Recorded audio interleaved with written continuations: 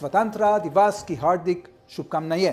15 अगस्त 2026 यानी आज लाल किले की प्राचीर से प्रधानमंत्री नरेंद्र मोदी ने जब 13वीं बार तिरंगा फहराया तो पूरी दुनिया की नजरें भारत पर थी। पीएम मोदी हुंकार भर रहे थे कि अब भारत को किसी दूसरे देश पर निर्भर नहीं रहना, अब हमें आत्मनिर्भर बनना है।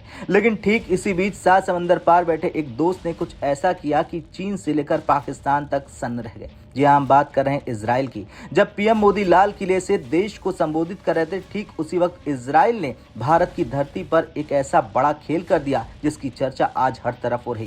क्या था वो सीक्रेट संदेश जो इजरायली राजदूत ने हिंदी में दिया, और क्यों इजरायली डिप्लोमेट्स ने भारतीय रेलवे स्टेशन पर जाकर मुस्लिम महिलाओं को तिरंगा बांटा? आज की इस वीडियो में हम आपको सब कुछ दिखाएंगे। दरअसल इस बार का स्वतंत्रता दिवस कई मायनों में अलग था। स्वतंत्रता दिवस के मौके पर लाल किले पर पहली बार आधिकारिक रूप से वंदे मातरम की गूंज सुनाई दी। प्रधानमंत्री मोदी ने 13वीं बार देश की कमान संभालते हुए लाल किले से तिरंगा फहराया। उनके शब्दों में आत्मविश्वास था। उन्होंने साफ कर दिया कि भारत किसी के पीछे चलने वाला देश नहीं बल्कि दुनिया को रास्ता दिखाने वाला देश बन चुका है।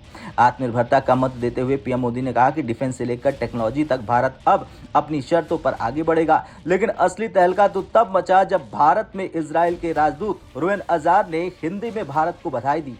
अब उन्होंने हिंदी में क्या कहा, आप खुद सुनिए। Namaste. Today we celebrate India's Independence Day, the national revival of Bharat, the remarkable journey of an ancient civilization that is building a vibrant, modern nation. Though India and Israel differ in size, we share a unique story. Both our nations draw strength from an ancient heritage while embracing freedom and innovation.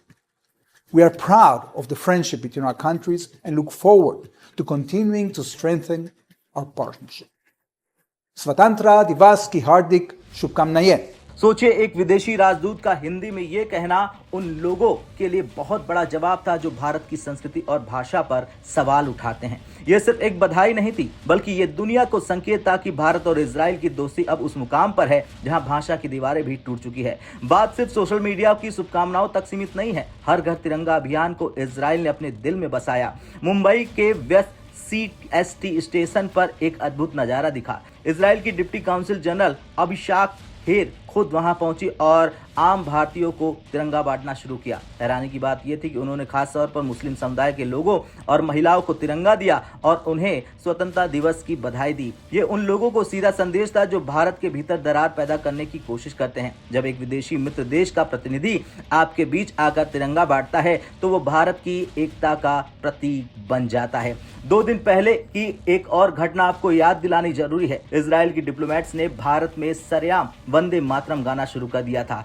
ये उन लोगों के चेहरे पर करारा तमाचा था जो भारत में रहकर वंदे मातरम गाने से कतराते हैं। इजराइल ने दुनिया को दिखा दिया कि वो भारत के मान सम्मान की कितनी कद्र करता है। इतना ही नहीं, इजराइल के मशहूर अखबार यरूशलेम पोस्ट ने भारत की ग्रोथ और इंफ्रास्ट्रक्चर पर पन्ने भर भर कर रिपोर्ट छापी। अखबार ने बताया कि कैसे भारत आज दुनिया की नई महाशक्ति बन रहा है। एक तरफ हमारे देश के कुछ नेता विदेशी धरती पर जाकर भारत की विदेश नीति का मजाक उड़ाते हैं, वहीं दूसरी तरफ इजराइल जैसा शक्तिशाली देश भारत की ताकत का गुणगान कर रहा है। इजराइल का ये रुख बताता है कि आज के भारत की धाक दुनिया मान रही है। इजराइल ने न सिर्फ कूटनीति के स्तर पर बल्कि भावनाओं के स्तर पर भी भारत के साथ अपना झंडा गाड़ दिया। पीएम मोदी अब आत्मनिर्भरता की बात करते हैं तो इजराइल जैसे देश उस आत्मनिर्भर भारत के सबसे मजबूत साथी बनकर उभरते हैं। आज जब भारत अपना स्वतंत्रता दिवस मना रहा है तो इजराइल के इन कदमों ने इस उत्सव को और भी खास बना दिया। चाहे वो हिंदी में संदेश हो, स्टेशन पर तिरंगा बांटना हो या फिर वंदे मातरम की गूंज, इजराइल ने साबित कर दिखाया कि वो भारत का सदाबहार दोस्त है। खैर, इजराइल के इस कदम पर आपकी क्या राय है? क्या आपको भी लगता है कि इजराइल ने उन लोगों को सही जवाब दिया जो वंदे मातरम का विरोध करते हैं? हाँ या ना में कमेंट कर अपनी राय जरूर दें। जय हिंद।